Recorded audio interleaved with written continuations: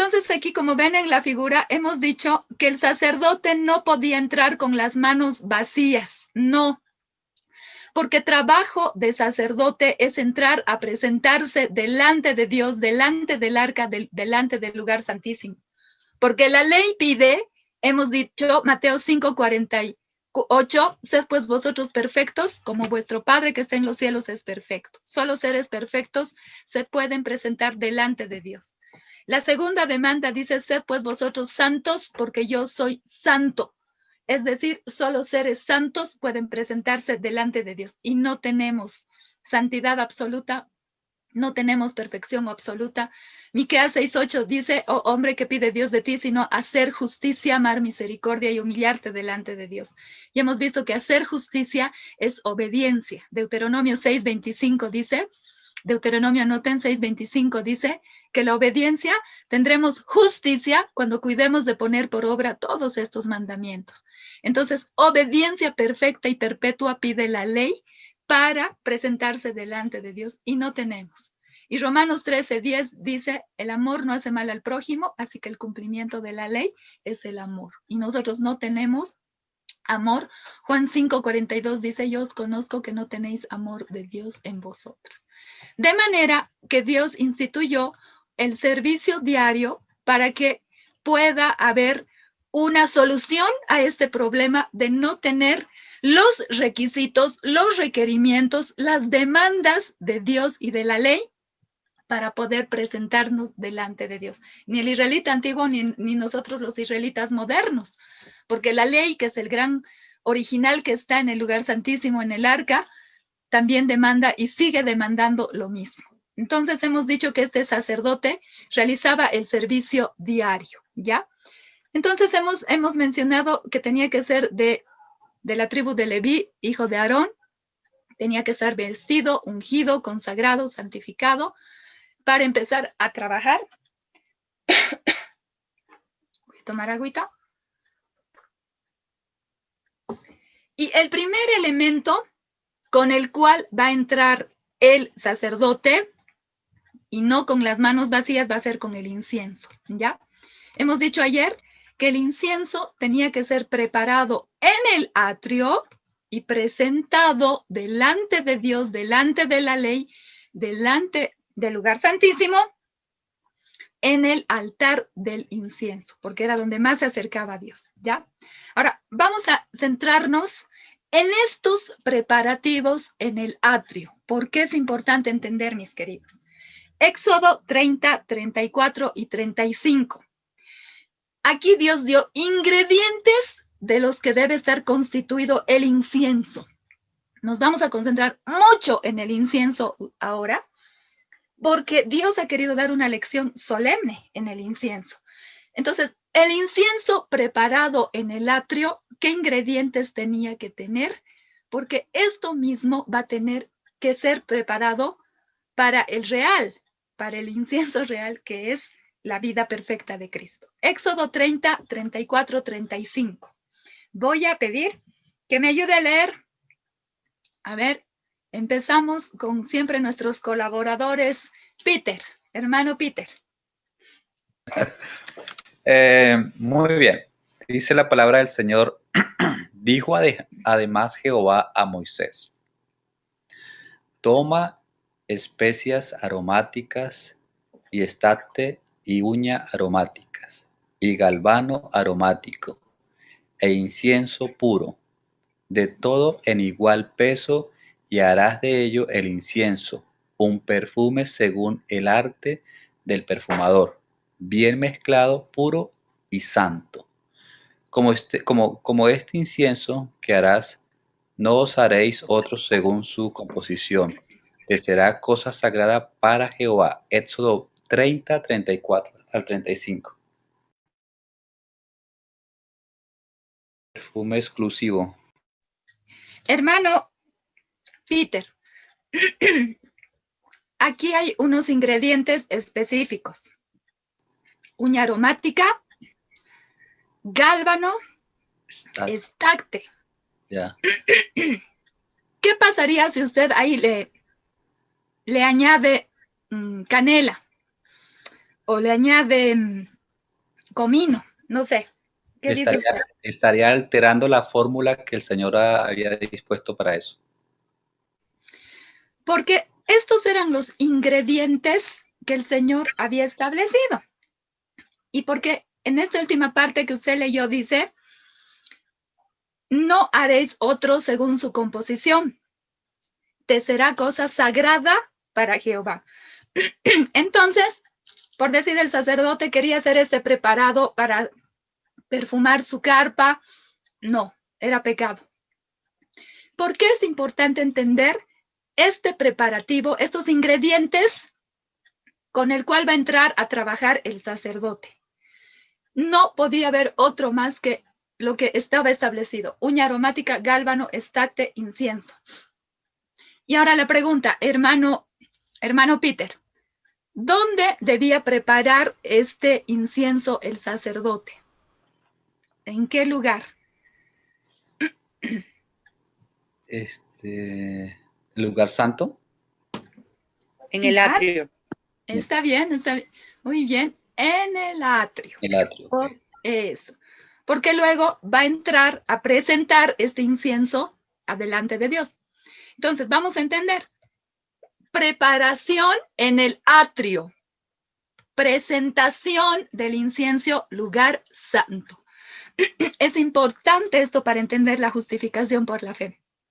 Es increíble cada detalle, mis amados. Preparación del incienso en el atrio.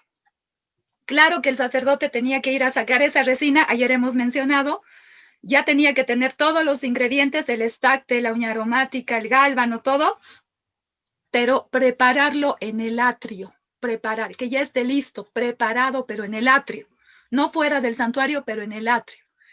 Entonces, este incienso, hemos dicho ayer, que representa la justicia de Cristo, representaba la vida perfecta de Cristo, que era lo único aceptable delante de Dios, delante de la ley, porque la ley pide santidad. Ese incienso que representaba a Cristo tenía santidad. La ley pide perfección, ese incienso que representaba la vida de Cristo tenía perfección. Entonces, ahora vamos a ir a ver los ingredientes de los preparativos del incienso de la vida perfecta de Cristo. El atrio va a representar toda la obra de Cristo y su ministerio. Entonces, vamos a ver todos los ingredientes, desde dónde se preparó ese incienso, ese olor grato, esa vida perfecta que la ley demanda. Y vamos a entender el ministerio y a qué vino Cristo. Porque, hermanos, así decimos, ¿a qué vino Cristo? A Cristo vino para salvarnos de nuestros pecados. Así mencionamos, no está mal. Pero ahora vamos a entender bien a qué vino a Cristo. Hemos visto que ahora Jesús se hace hombre y ahora vamos a preparar el incienso. En realidad no nosotros, ¿no? Sino que el incienso se debía preparar en el atrio y ahora vamos a estar en el atrio, que es la tierra. Entonces, primer requisito, Lucas 1:35, porque la ley pide incienso, pide justicia, un aroma grato, perfección, ¿ya? Entonces dice Lucas 1:35, respondiendo el ángel le dijo, el Espíritu Santo vendrá sobre ti y el poder del Altísimo te cubrirá con su sombra, por lo cual también el santo ser que nacerá será llamado Hijo de Dios. Entonces, al venir, al ser puesto en el vientre de María, este nuevo ser que no iba a ser concebido de una relación sexual común, no iba a poner María sus cromosomas X o Y, X, y tampoco José iba a poner sus cromosomas X. Voy a hablar así, hermanitos, porque vamos a entender que solamente tenía que venir un ser, hombre, humano divino, que cumpla lo que la ley y Dios pide. De primera de Pedro 1:15-16, sed santos porque yo soy santo. Entonces Lucas 1:35 dice que desde el engendramiento, Jesús era santo. Y entonces, ¿para qué Jesús tuvo que estar en el vientre de María siendo santo? ¿Para él o para formar un ser humano que cumpla con las demandas de la ley de santidad? Entonces, ¿recuerdan ustedes en Mateo 1:18 que cuando también el ángel se le aparece a José, porque este José pensó que ya estaba embarazada de otra, ¿no? De otro, le dice, y pensando él en esto, he aquí un ángel del Señor se le apareció en sueños y le dijo, José, hijo de David, no temas recibir a María tu mujer. Esto es lo que nos interesa, porque lo que en ella es engendrado del Espíritu Santo es. Entonces, el ingrediente para empezar a hacer el incienso de la justicia de Cristo, la vida de Cristo, era que tiene que ser engendrado santo para que Él pueda satisfacer las demandas de la ley que nosotros no tenemos. A ver, hermanitos, les hago una pregunta. ¿Cómo nosotros hemos sido engendrados? Vamos a comparar la vida de Cristo con nuestro engendramiento, nuestra justicia, ¿ya? Obediencia es sinónimo de justicia, vida es sinónimo de justicia. Salmo 51:5. Voy a pedir, a ver, que me ayuden a leer. Estamos viendo cómo se fue formando el incienso de la justicia de Cristo aquí en el atrio, en la tierra, ¿no? A ver, ¿quién me puede ayudar? Dice, he aquí en maldad he sido formado y en pecado me concibió mi madre. Amén.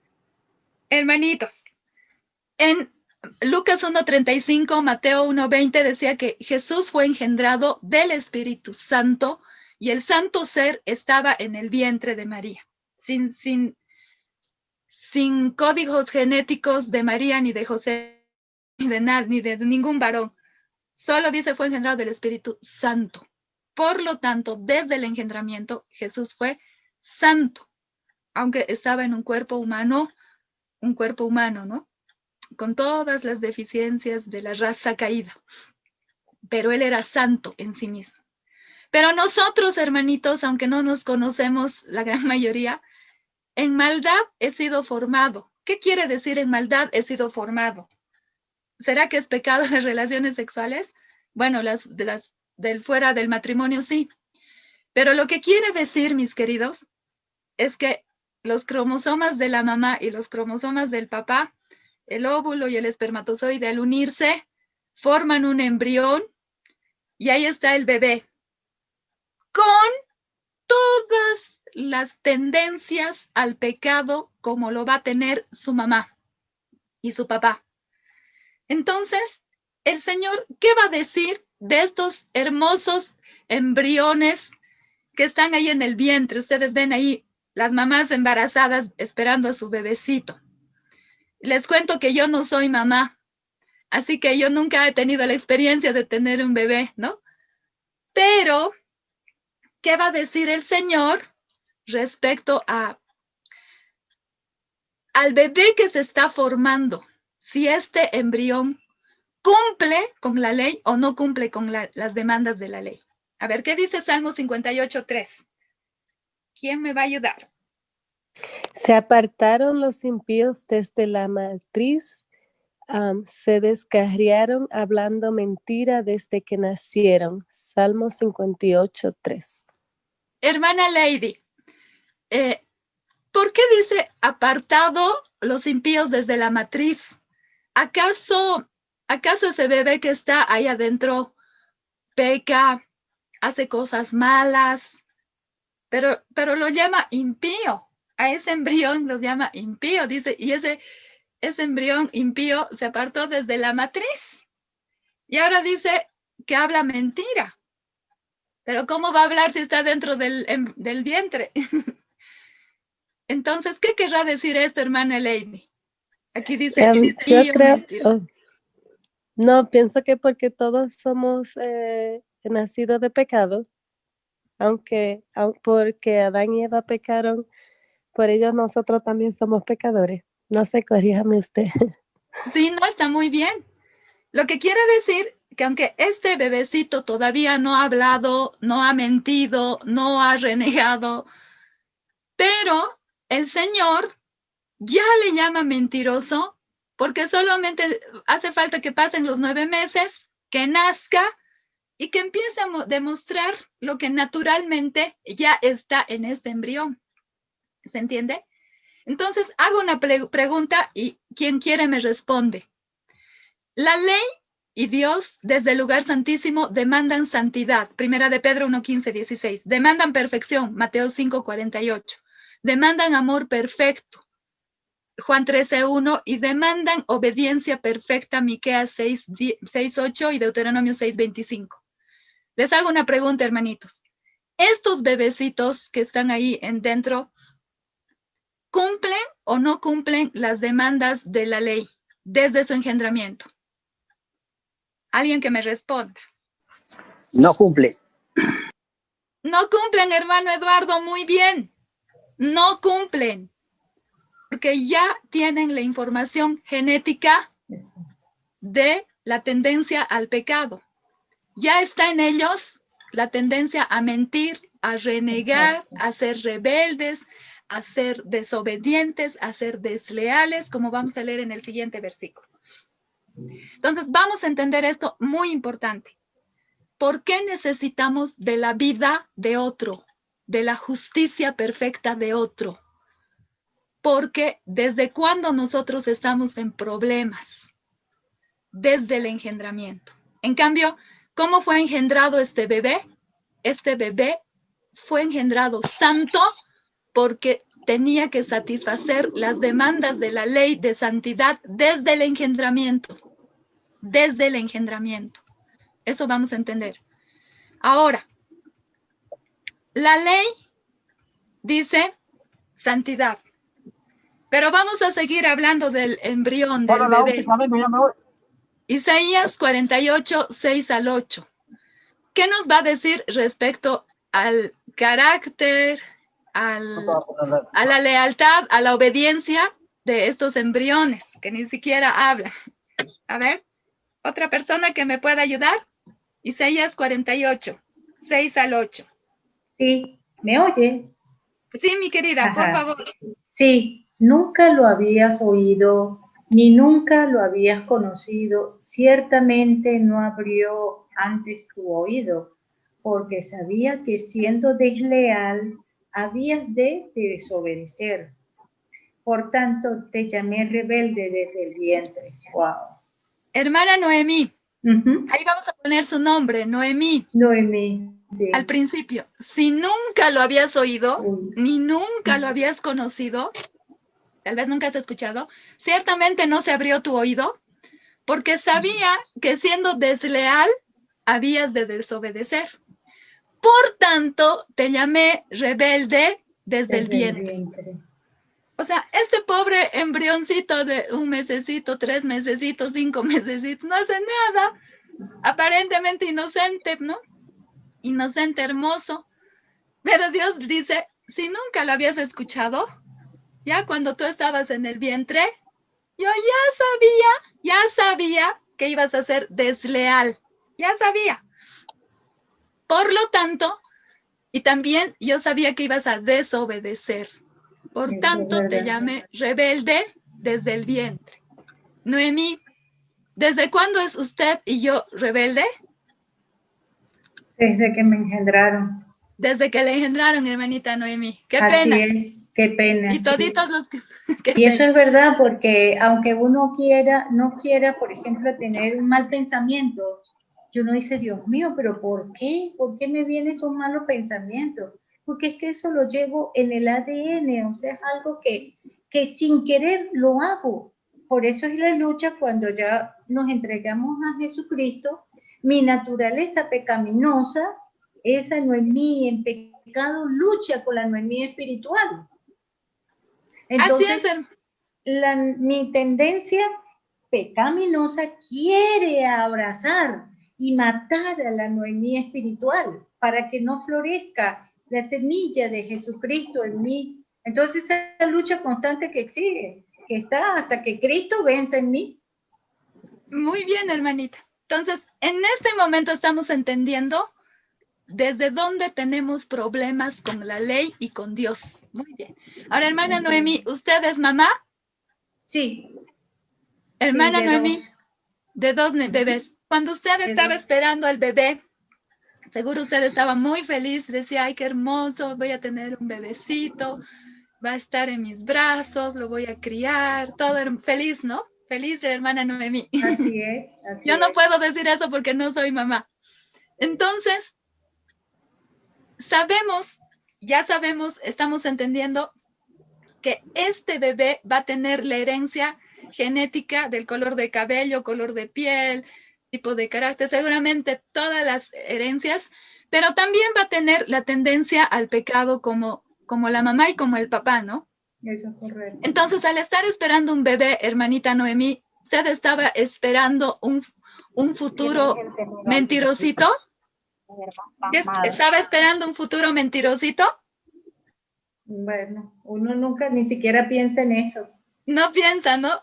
No. Pero Para sí, nada. al esperar un bebé que va a ser igual a la mamá y al papá, entonces Sí. está esperando un futuro mentirosito, Así un es. futuro renegoncito, un Así futuro es. desobedientito, un Ujú. futuro mal caractercito, y así Eso es verdad. es así. Eso Porque es verdad. los pequeñitos hermanos, ustedes las mamás y los papás, ya ustedes antes de que sepan hablar, ¿han visto en los bebés la manifestación de egoísmo? Ujú. ¿Los pequeñitos quieren prestar sus juguetes?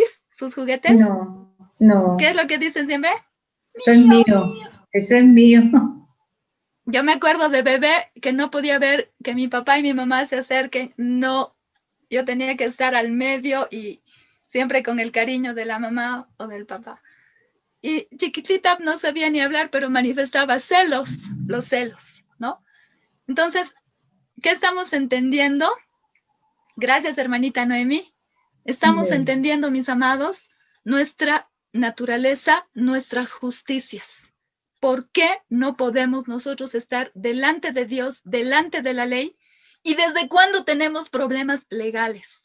Y como dice aquí Isaías 48, 6 al 8, que si nunca lo habías oído, ni nunca lo habías conocido, ciertamente no se abrió antes tu oído, porque sabía que siendo desleal, Dios ya nos dice desleales desde el vientre, habías de desobedecer. Yo ya sabía que ibas a desobedecer. Por tanto, te llamé rebelde desde el vientre. Por eso, hermanitos, esto es importante para tener la necesidad de la justicia o la vida perfecta de otro. Porque si yo quiero presentarme delante de Dios con mi justicia o con mis obras, no voy a ser aceptado. Y esto me demuestra que tengo la necesidad de la justicia de otro. Entonces, en Salmo 58:3 nos ha dicho, mentirosos desde la matriz, impíos desde el vientre. ¡Qué terrible! Mentirosos desde el vientre. En Isaías 48 nos ha dicho, desleales, desobedientes y rebeldes desde el vientre. Desde ahí ya tenemos la información genética. Es la herencia que tenemos desde que Adán cayó, ¿no? Adán comió del árbol prohibido e inmediato, Patriarcas y Profetas dice que su naturaleza se depravó y la depravación consistía en el egoísmo natural que ya estaba inherente en Adán. Y eso va a heredar todo ser humano. Ahora, ¿qué dice Jeremías 4:22 y Jeremías 6:10? Naturalmente, vamos a ver nuestra condición, hermanitos, para tener la necesidad de otro, ¿no? Jeremías 4:22, que está en este lado de la pantalla. ¿Quién me va a ayudar a leer? ¿Puedo leer? Por favor, hermanita. Sí, Nikita. Ajá. Adelante. Jeremías 4:22. Sí. Porque mi pueblo es necio, no me conocieron. Son hijos ignorantes y no son entendidos. Sabios para hacer el mal, pero hacer el bien no supieron. Hermana Nikita, ¿para qué somos sabios? Desde chiquititos ya sabemos pegar al otro Para que... hacer el mal. Eso, dice que somos sabios para hacer el mal. Desde pequeñitos están en la cama con el bebé y el bebé se enoja, ¡pum!, ya sabe pegar. Y nadie le ha enseñado, ¿no? Yo me acuerdo que mi prima le agarraba a la bebé y la bebecita se hacía hacia atrás renegando. Nadie le enseñó a renegar, pero ya manifestaba su mal humor desde bebecita, ¿no? Hermana Nikita, Jeremías 6:10, ¿qué dice ahí, a la derecha? ¿Hermana? Jeremías 6:10. Sí. Ajá. 6. Que está también en la pantalla. Y amonestaré para que oigan. He aquí que sus oídos son incircuncisos y no pueden escuchar. He aquí que la palabra de Jehová le es cosa vergonzosa. No la ama. Naturalmente, hermana Nikita, ¿amamos o no amamos la palabra de Dios? Naturalmente. En nosotros está el deseo de lo espiritual, de escuchar la Biblia, o si estamos como ahora estudiando la Biblia, es una impresión del Espíritu Santo, un impulso del Espíritu Santo. Naturalmente, ¿nos gusta o no nos gusta estudiar la Biblia? Dice aquí naturalmente no. Que no nos gusta. Dice la Biblia no. Exactamente. Por eso muchos dice... lo rechazan. Exactamente. Dice que en 1 Corintios dice que el hombre natural no puede percibir las cosas que son del espíritu, ¿no? Que naturalmente no podemos estar en comunión con las cosas espirituales. Pero si el Espíritu Santo le dejamos entrar, va a poner el deseo de estudiar la Biblia. Por eso dice, ¿a quién voy a hablar? ¿A quién voy a amonestar? Porque sus oídos son incircuncisos, es decir, que no quieren escuchar y no pueden escuchar. Y la palabra de Jehová les es cosa vergonzosa, no la aman. En realidad, el corazón natural, mis amados, no ama las cosas espirituales, no ama la ley, como dice Jeremías 6:10. Jeremías 6:19 dice, oye tierra, he aquí que yo traigo mal sobre este pueblo, el fruto de sus pensamientos, porque no escucharon mis palabras y aborrecieron mi ley. Naturalmente, el egoísmo que está entronizado en nosotros no gusta morir al yo y aprender a obedecer la ley. Naturalmente, ¿no? Si ya lo estamos haciendo, mis amados, ni siquiera es virtud de nosotros, es obra del Espíritu Santo. Ahora, hablando del corazón natural, Mateo 15, 19 y 20. Imagínense, eso es lo que está plantado como una semillita desde el engendramiento en nosotros, que hay en nuestro corazón, y que Elena de White dice, solamente se necesitan las circunstancias y las oportunidades para que se manifieste lo que naturalmente hay en uno. Imagínense, Mateo 5, 15, 19, ¿qué dice? A ver, vamos a pedir que alguien me pueda ayudar. ¿Quién me puede ayudar? A ver. Voy a pedir que alguien me pueda ayudar. Ya, por favor.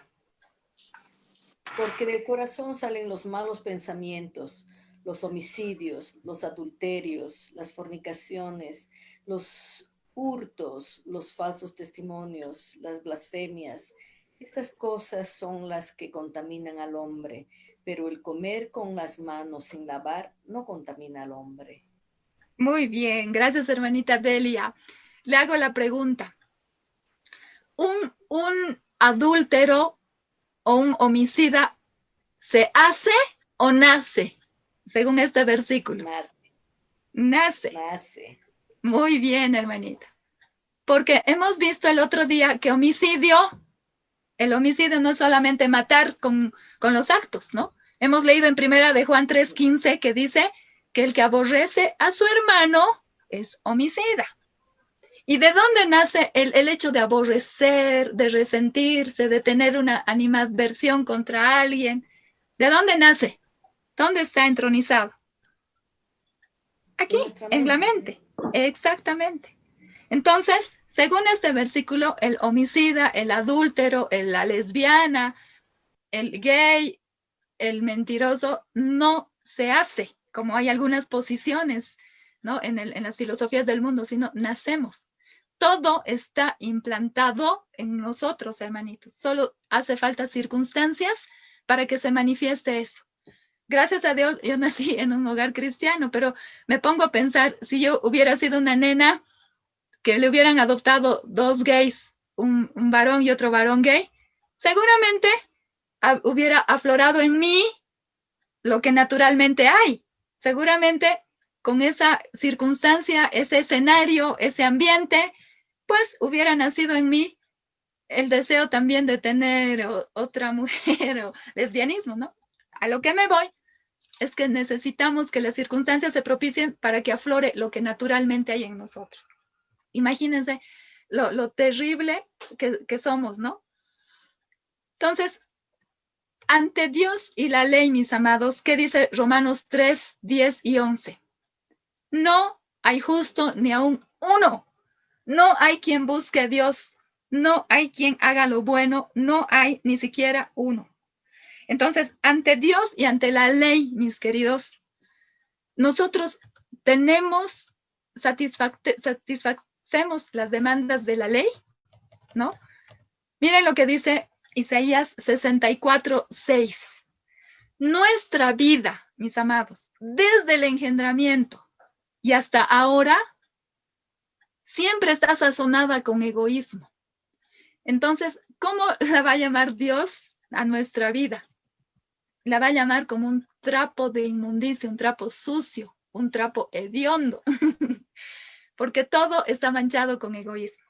A ver, Isaías 64, 6 dice, si bien todos nosotros somos como suciedad y todas nuestras justicias como trapo de inmundicia.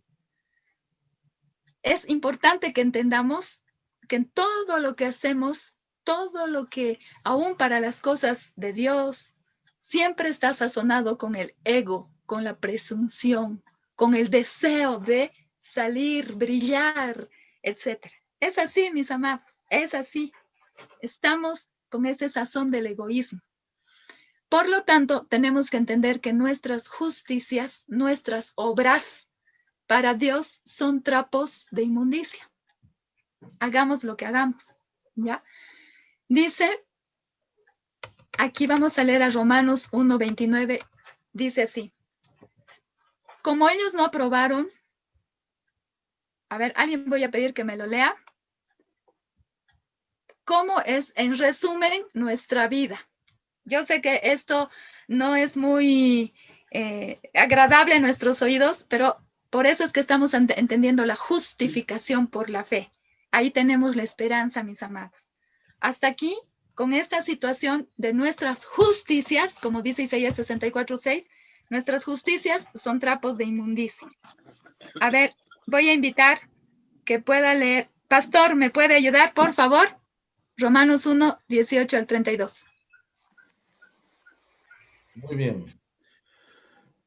Y como ellos no aprobaron tener en cuenta a Dios, Dios los entregó a una mente reprobada para hacer cosas que no convienen, estando atestados de toda injusticia, fornicación, perversidad, avaricia, maldad, llenos de envidia, homicidios, contiendas, engaños y malignidades, murmuradores, detractores, aborrecedores de Dios, injuriosos, soberbios, altivos, inventores de males, desobedientes a los padres.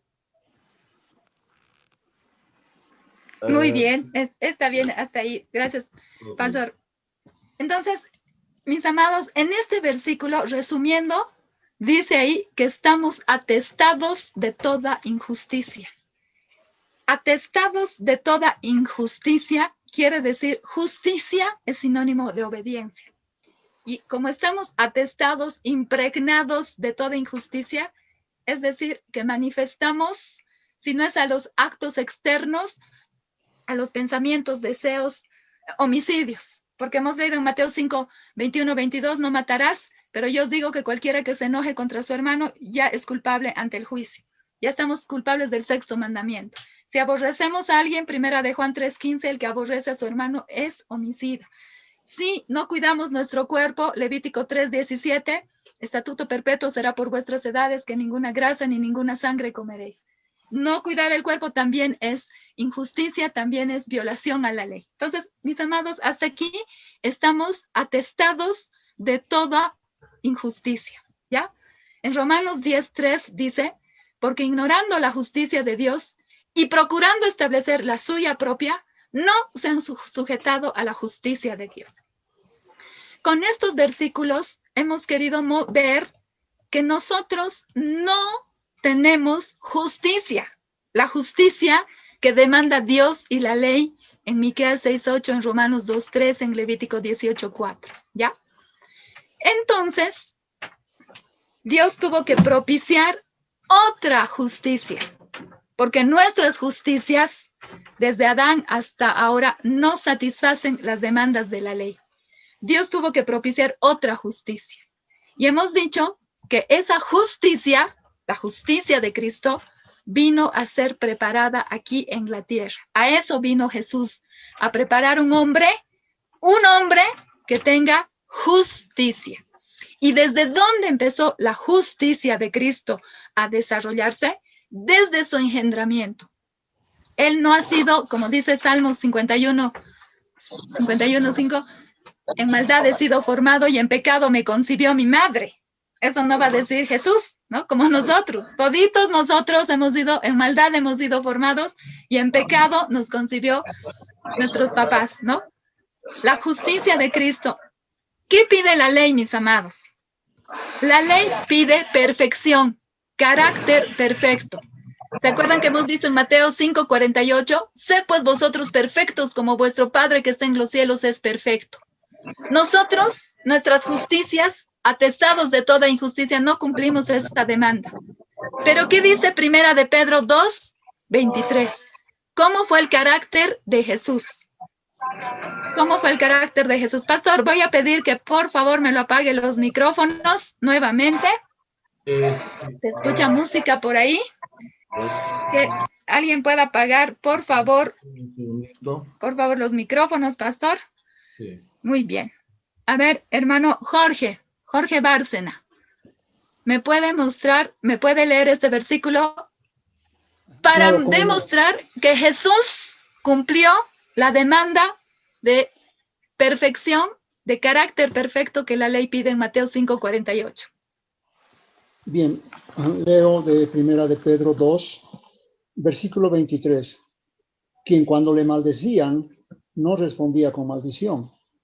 Cuando padecía, no amenazaba, sino encomendaba la causa al que juzga justamente.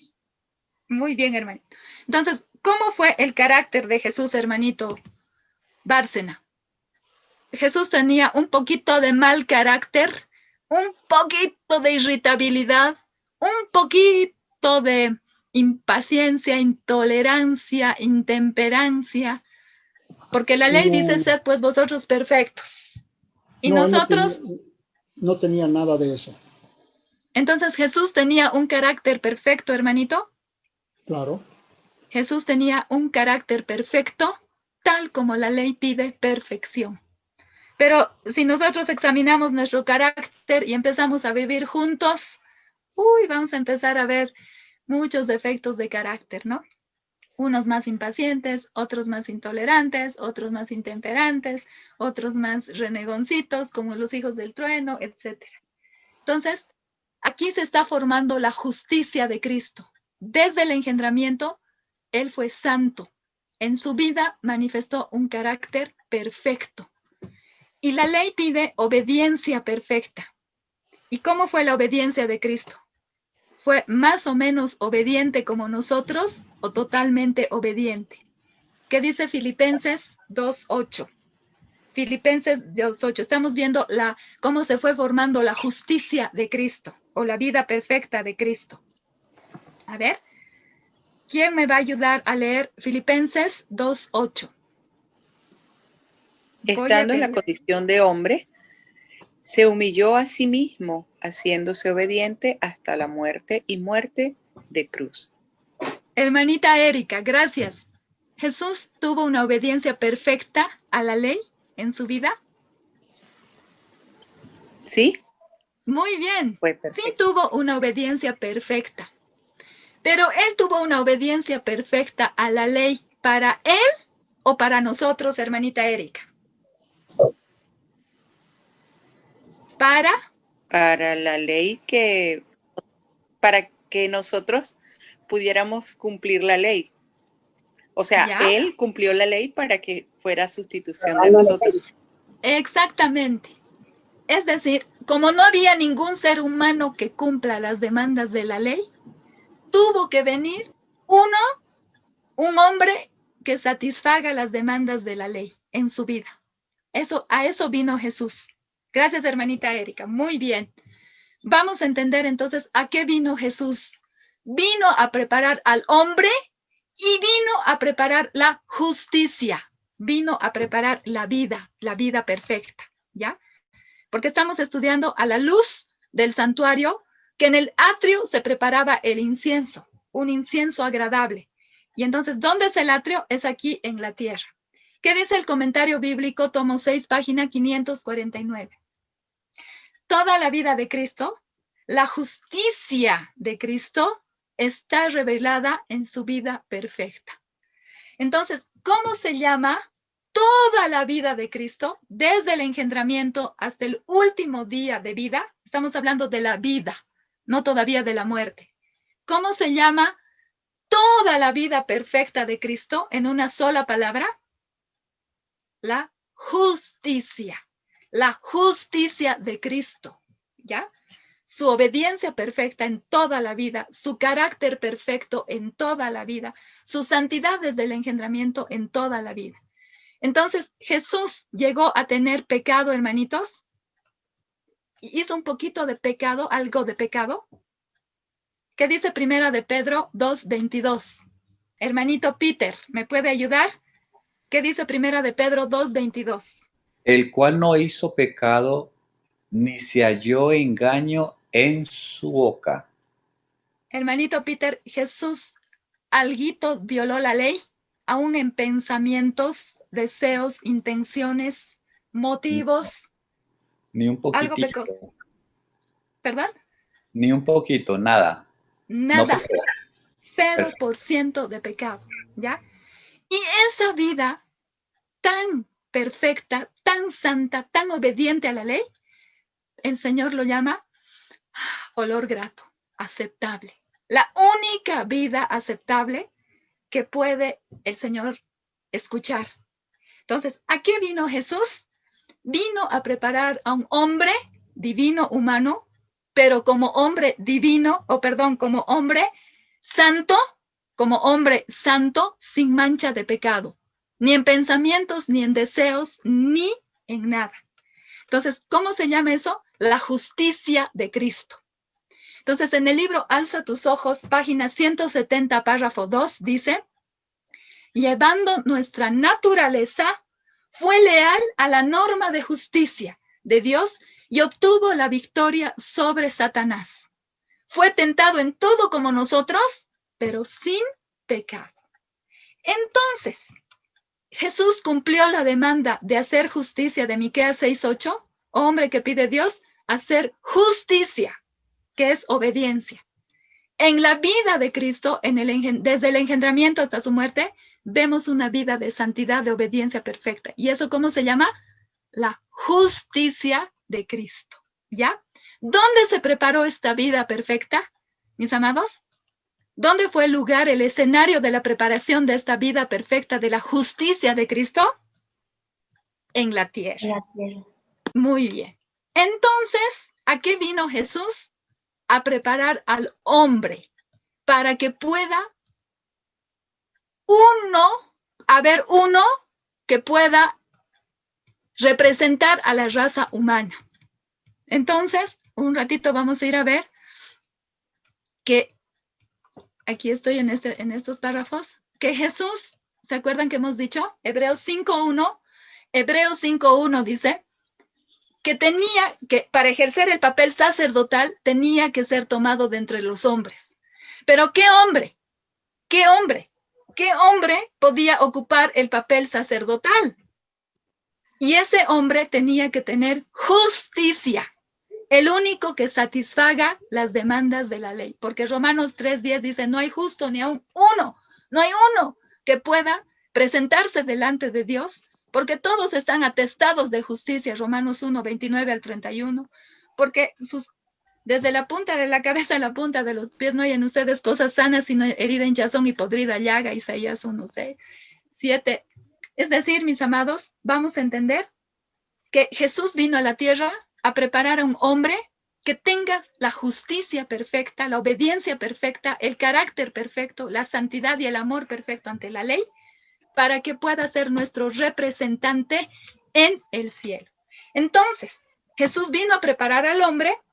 Por supuesto, murió en la cruz, que eso vamos a hablar un poquito más adelante, y ahora resucitó, la muerte no lo pudo agarrar, y entonces este Jesucristo hombre, también divino, va a ser llevado al santuario y va a ser ahora calificado para poder ejercer el papel sacerdotal, porque todo sumo sacerdote tenía que ser tomado de entre los hombres, ¿ya? Entonces, estamos hablando de la justicia. Un poquito vamos a ver que Jesús, ya habiendo preparado la justicia en su vida, desde el engendramiento hasta la muerte, ahora tenía un elemento con el cual comparecer delante de Dios. Miren lo que dice aquí. Vamos a leer. Hebreos capítulo 8, versículo 1 y 2. Cuando Jesús entró al santuario como hombre, tranquilamente podía presentarse delante de Dios, delante de la ley, delante del trono. Estamos hablando primero en el lugar santo, porque como hombre tenía la justicia que la ley demanda, la norma de justicia, y el gobierno es un gobierno de justicia. Entonces, cara a cara, pudo presentarse delante de Dios. ¿Y qué dice Hebreos capítulo 8, versículo 1 y 2? Tenemos tal sumo sacerdote, el cual se sentó a la diestra del trono de la majestad en los cielos, ministro del santuario y de aquel verdadero tabernáculo que levantó el Señor y no el hombre. Entonces, trabajo de sacerdote, nuestro gran sumo sacerdote, es presentarse como hombre delante de Dios y delante de la ley, en representación de la raza humana que no puede presentarse cara a cara, ¿no? Pero con los ojos de la fe tiene que apropiarse de esos méritos. Miren este hermoso texto de A fin de conocerle, página 77, párrafo 3, hablando de la justicia. Él sostiene delante del Padre el incensario de sus propios méritos, o sea, su vida perfecta, en el cual no hay mancha de corrupción terrenal. Jesús reúne en este incensario las oraciones, las alabanzas y las confesiones de su pueblo y añade su propia justicia inmaculada. Entonces, perfumado con los méritos de la propiciación de Cristo, asciende el incienso delante de Dios plena y enteramente aceptable. Entonces, mis queridos, ya para ir terminando, cuando nosotros oramos y decimos, Padre nuestro que estás en los cielos, mi oración sube delante de Dios. Pero como sale de este canal corrupto, dice Elena de White, ¿cómo es mi oración? ¿Olor delicioso, olor fragante o olor apestoso, olor nauseabundo, trapo de inmundicia? ¿Cómo es mi oración ante Dios y ante la ley? ¿Aceptable o inaceptable? Es decir, aunque un poco nos duela, tú puedes entrar a aunque un poco nos duela, sin ningún compromiso. A Tú ver, puedes entrar, vamos a apagar el teléfono de entra, Franklin porque La tú- Rosa, por favor. Hermanito Franklin, eso. Dice, mis amados, que nuestra oración asciende al santuario celestial, pero no es olor grato. Entonces Jesús, nuestro representante celestial, divino, humano, pero como hombre, que me va a representar, entonces recibe mi oración y no es olor grata, porque mi vida está atestada de toda injusticia. Pero dice que Él perfuma mi oración con el incienso de su propia justicia. La perfuma con su vida perfecta en lugar de mi vida imperfecta. La perfuma con su carácter perfecto en lugar de nuestro carácter imperfecto. La perfuma con su santidad en lugar de nuestra vida que no es santa. Y la perfuma con su perfecto amor en lugar de nuestra vida que no tiene amor. Y dice que así reúne las alabanzas, las oraciones, las confesiones, y perfumada con el incienso de su justicia, entonces la presenta a Dios enteramente aceptable. Esa es la esencia de la justificación por la fe. La justicia de Cristo. Vamos a leer, dice así este versículo, Romanos 5:18. Ahorita no estamos hablando todavía del perdón, estamos hablando de la justificación. A ver, ¿qué dice Romanos 5:18? Vamos a pedir un colaborador. Romanos 5:18. ¿Qué dice? Hermano. Así que como por la transgresión de uno vino la condenación a todos los hombres, de la misma manera por la justicia de uno vino a todos los hombres la justificación de vida. Hermanito Eduardo, que usted ha leído, gracias. Romanos 5:18 dice que por uno todos estamos condenados, bajo pena de la ley, condenados a muerte. Ahí en el versículo debería decir condenados a muerte. Pero la segunda parte es tan hermosa. Dice, de la misma manera, por la justicia de uno, vino a todos los hombres la justificación que da vida. Hermano Eduardo, la justicia de uno, ¿dónde está ahora? Esa justicia que fue preparada en la tierra, en esa vida perfecta desde el engendramiento. Ahora, ¿dónde se encuentra esa justicia? En el lugar santísimo. Muy bien. En la persona de nuestro gran sumo sacerdote. Muy bien. De nuestro gran sumo sacerdote Jesucristo. Él tiene la justicia que nosotros no tenemos, porque nuestras justicias son trapos de inmundicia. Entonces, dice que Jesús se presenta, el único aceptable, y todos nosotros inaceptables, pero Él dice, Padre, se presenta delante de Dios, delante de la ley, delante del arca, y dice, Padre, no mires a esta Celcina pecadora, a este Eduardo pecador, a este Peter pecador, que no tiene buen carácter que la ley pide. Celcina no tiene santidad que la ley pide. Aquí de los hermanitos que han leído, ¿no? Todos los nombres. Delia no tiene la vida perfecta que la ley pide. No mires, Señor, su vida. Mira mi vida. Mira mi obediencia perfecta como si fuera de Celcina. Mira mi carácter perfecto como si fuera de Peter. Mira mi santidad como si fuera de Delia y de cada uno de nosotros. Entonces el Padre hace una declaración final. ¿Cuál es esa declaración que hace el Padre al mirar la justicia de Cristo y aceptar esta justicia? El Padre hace una declaración y declara justo. Ese es el susurro que todo ser humano quisiera escuchar.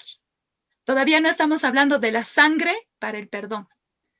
Estamos hablando de la justicia.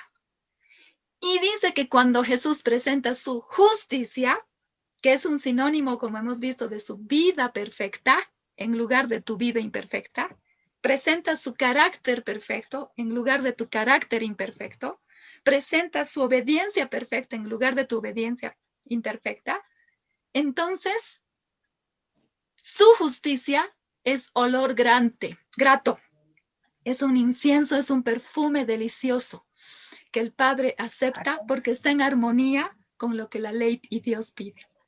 Entonces, en virtud de esa justicia, tú vas a ser declarado justo.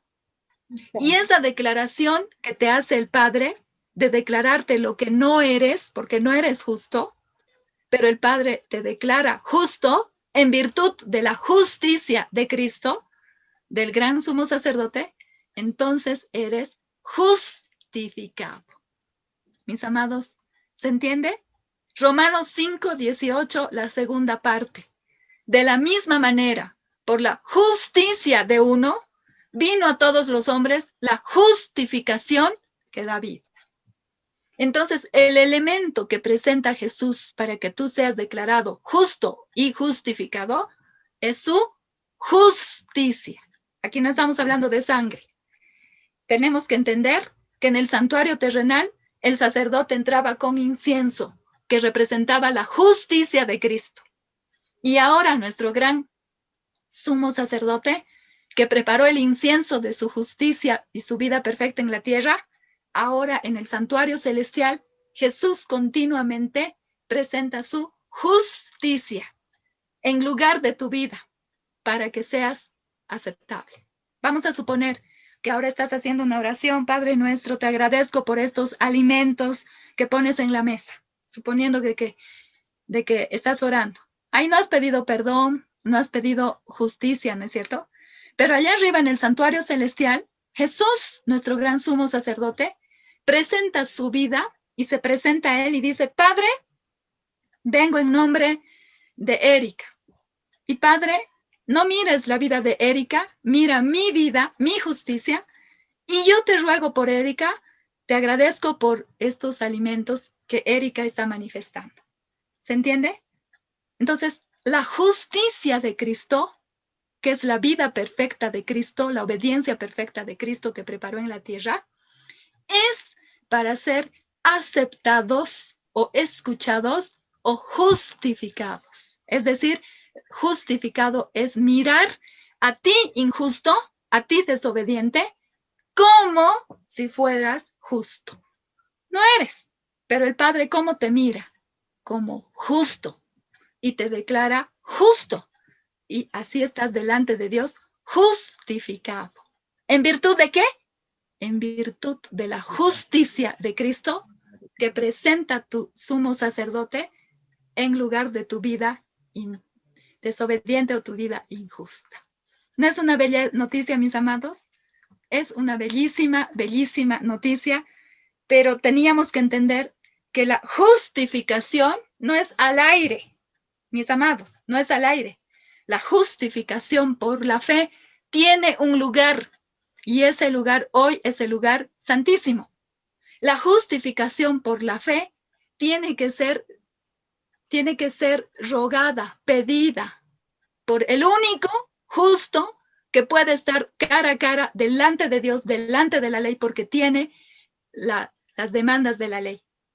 Y tiene que ser esa justicia presentada a tu favor, y tu parte es creer con los ojos de la fe, aunque no mires el santuario, no mires el sumo sacerdote, tienes que creer que no son tus justicias, sino la justicia de otro, que es lo único aceptable delante de Dios, delante de la ley, delante del trono.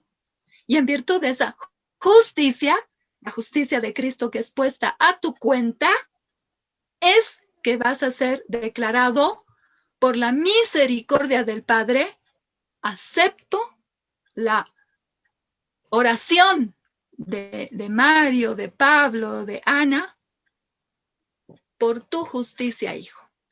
Entonces, la misericordia del Padre acepta la vida de otro que no es la tuya. Acepta la obediencia de otro que no es la tuya. Acepta la santidad de otro que no es la tuya. Acepta la justicia de Cristo.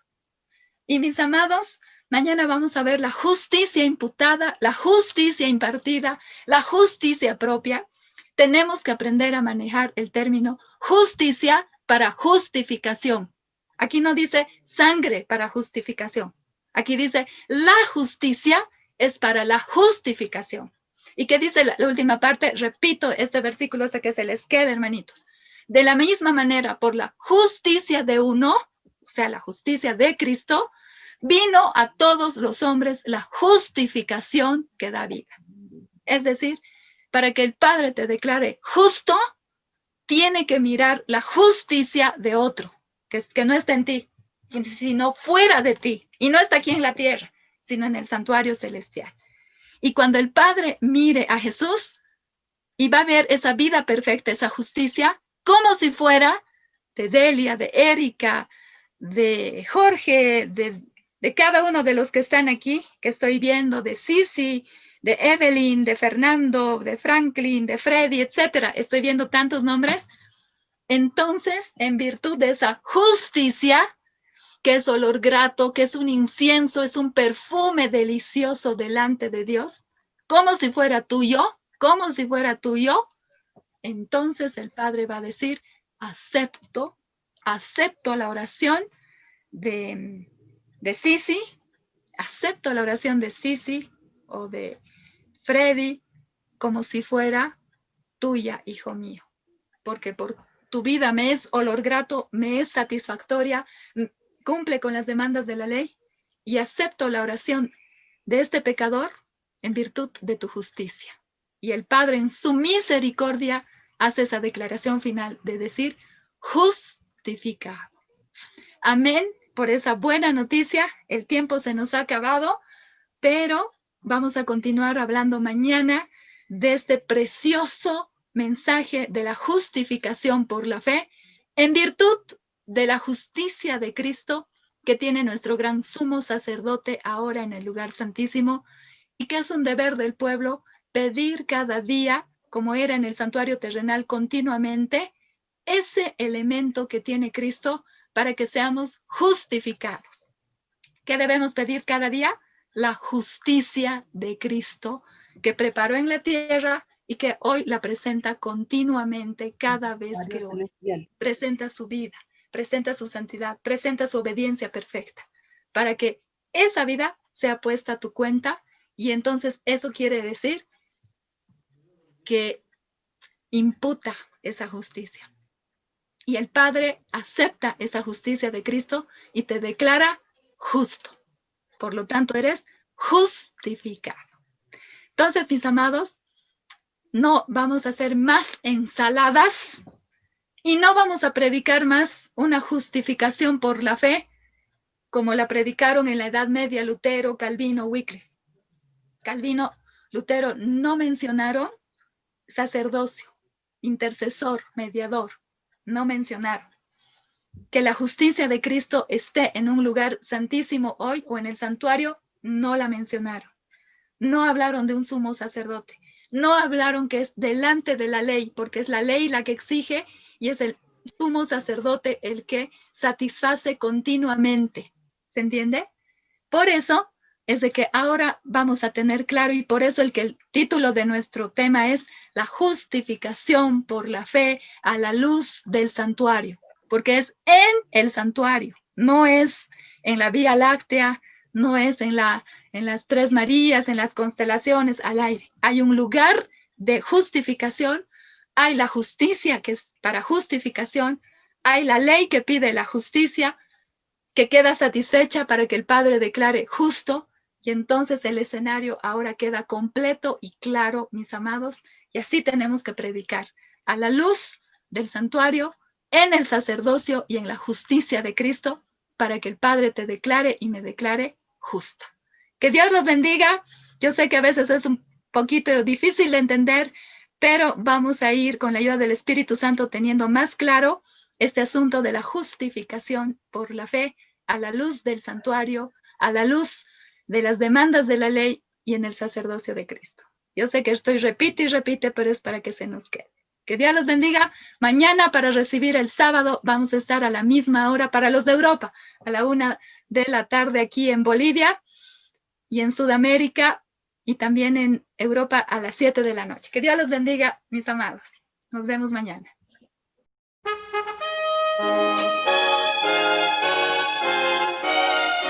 Son de trompetas que anuncian la luz, Cristo muy pronto vendrá a la batalla por nuestro Jesús. Si venceremos, Cristo muy pronto